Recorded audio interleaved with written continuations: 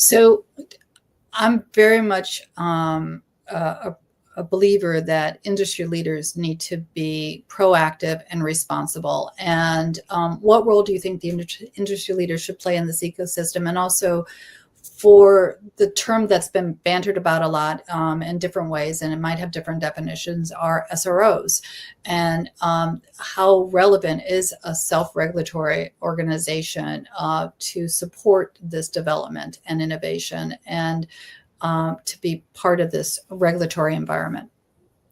It's one option for regulation. We have some self-regulatory organizations here in the U.S. in our traditional financial markets, so that is an approach. I think that's really up to Congress to decide if that's the approach that they think will work in this space. It can have the advantage of having people who are very familiar with the technology and with best practices involved in regulation. On the other hand, some people think that it's better to have the regulator more directly in touch with what's going on in the industry, and so that can be an argument against an SRO. So rather than taking a position on that, I would say I do think to your main question there that it is important for people in the industry who are trying to build new things to be thinking about how they can do it in a way that achieves the regulators' objectives as given to us by Congress, but also allows them to move forward in a way that's consistent with commercial viability. And they can be helpful with that. And they can also be helpful with identifying bad actors who are out there. Mm-hmm. And that doesn't require an SRO to do. We have a place on our website, Tips, Complaints, and Referrals, where people can come in and they can tell us about bad activity. If it is within our space, we can pursue it. If it's not within our space, we can refer it out to someone else. But I think it is really important for people who are trying to move things forward in a positive way to alert us if there's bad activity that they're seeing. I agree. What are the relevant agencies that might shape the future? Because there's a lot of change that's going on within our community right now.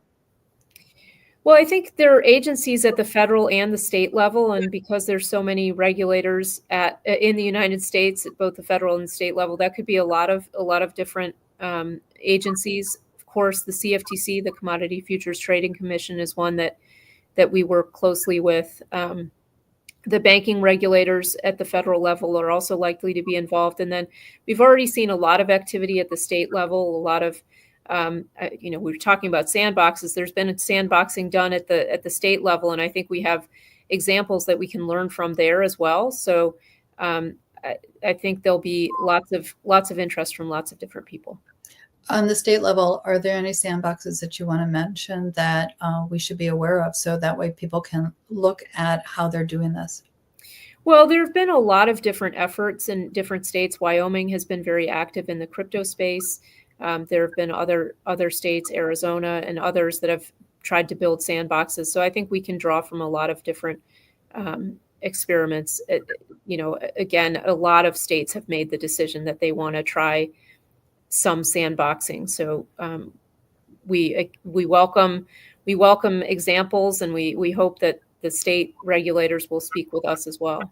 Yes, for sure. So with the change of the administration and the direction, I know that you're putting in a lot of different things into place right now. What insights can you provide to those that are listening to the summit?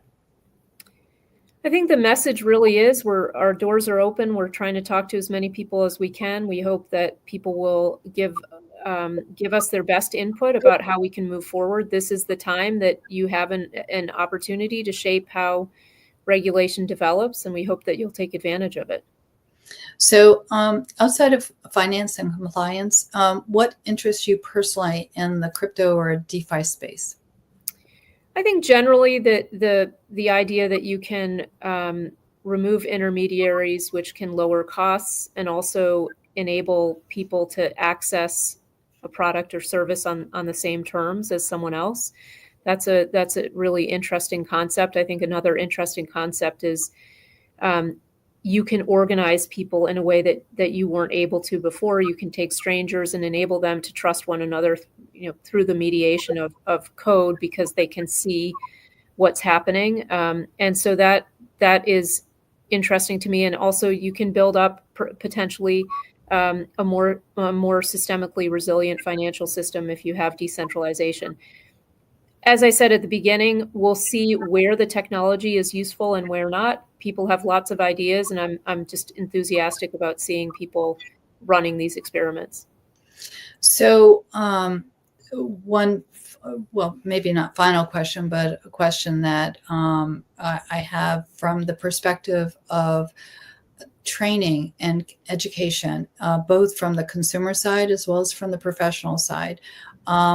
What recommendations or suggestions do you have in that area? Because again, this community is evolving so fast, and to educate regulators, including those within the professionals in the space, what insights do you have on that area? I mean, my best insight is just talk to as many people as you can. I think that people in this area, and frankly, all the areas we regulate, are very willing to have conversations with us to try to give us their view of the market, and that can be very helpful to us as we try to figure out how to regulate. Before we sign off and go to the live panel, any last minute thoughts that you'd like to share? No, I'm just sorry that I can't be there in person. It would have been fun to be part of the broader discussion, but I hope you have a wonderful rest of the conference. And I'm sure we will. And so for everyone who's listening, stay tuned. We're about to go to the live panel, and thank you so much for being on. Thanks for having me.